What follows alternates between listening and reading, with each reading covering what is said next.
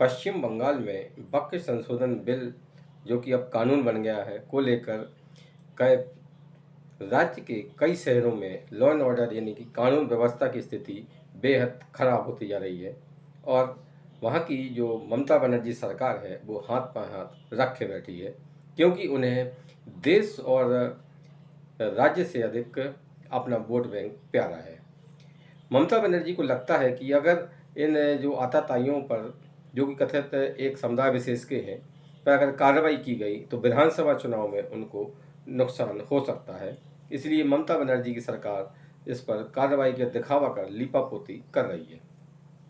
केंद्र की मोदी सरकार की बात करें तो उसने भी इस मामले पर चुप्पी साध रखी है। आपसे निवेदन है कि आप चैनल को सब्सक्राइब कर बेल आइकन प्रेस करें, ताकि ऐसे ही अच्छे वीडियो आपको समय पर मिलते रहें। वीडियो को लाइक एवं शेयर कर कमेंट्स बॉक्स में अपनी राय जरूर दें कि पश्चिम बंगाल में राष्ट्रपति शासन लगना चाहिए या नहीं लगना चाहिए। किसी भी राज्य में संवैधानिक स्थिति यानी कि कोई राज्य की जो व्यवस्थाएं हैं, वहाँ की सरकार अगर संविधान के अनुसार काम करती है और अगर वो संविधान के अनुसार काम नहीं करती है, ये देखना केंद्र की जिम्मेदारी है। लेकिन केंद्र की जो मोदी सरकार है वो पश्चिम बंगाल के मामले में चुप्पी साध रखी है। पश्चिम बंगाल में वक्फ बोर्ड कानून को लेकर वहाँ पर काफ़ी पिछले 4-5 दिनों से बवाल हो रहा है। कोलकाता सहित राज्य के कई शहरों में मुसलमानों ने उग्र प्रदर्शन किए। इन प्रदर्शन के बाद में प्रदेश की लॉ एंड ऑर्डर की स्थिति बिगड़ गई है। हालत इतनी खराब हो गए हैं कि कलकत्ता हाई कोर्ट को राज्य में केंद्रीय बल तैनात करने का आदेश देना पड़ा।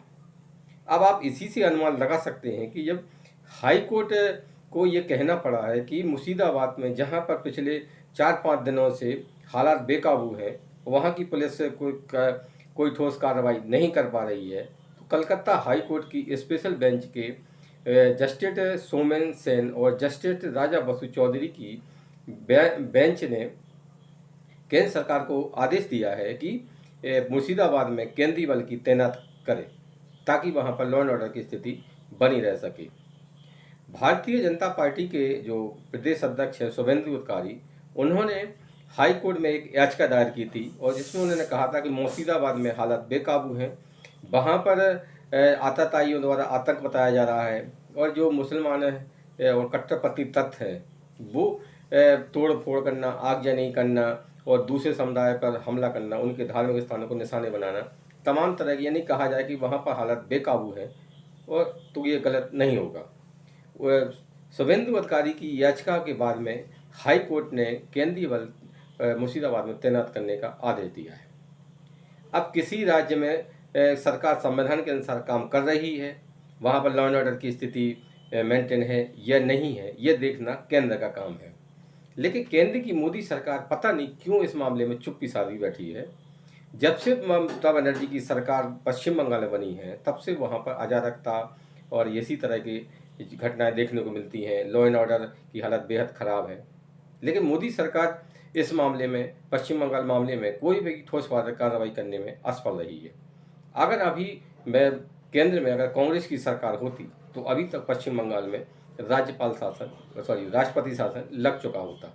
लेकिन मोदी सरकार को ऐसा लगता है कि वहाँ पर पश्चिम बंगाल में उन्हें अपनी राजनीति चमकाने की ज़्यादा पड़ी है, इसीलिए उन्होंने चुप्पी साध रखी। जब हाई कोर्ट को ये कहने पड़े कि किसी भी शहर में आप केंद्रीय बल तैनात करिए, तो आप इसी से अनुमान लगा सकते हैं कि राज्य के हालात क्या होंगे। उसके बाद भी मोदी सरकार ठोस कार्रवाई कब करेगी, कब प्रदेश में राष्ट्रपति शासन लगाकर ममता सरकार को बर्खास्त करेगी, ये किसी को भी पता नहीं है।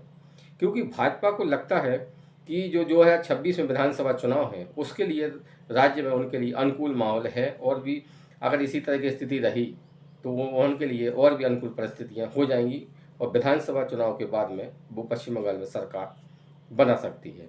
शायद इसी उद्देश्य में केंद्र सरकार चुप बैठी है।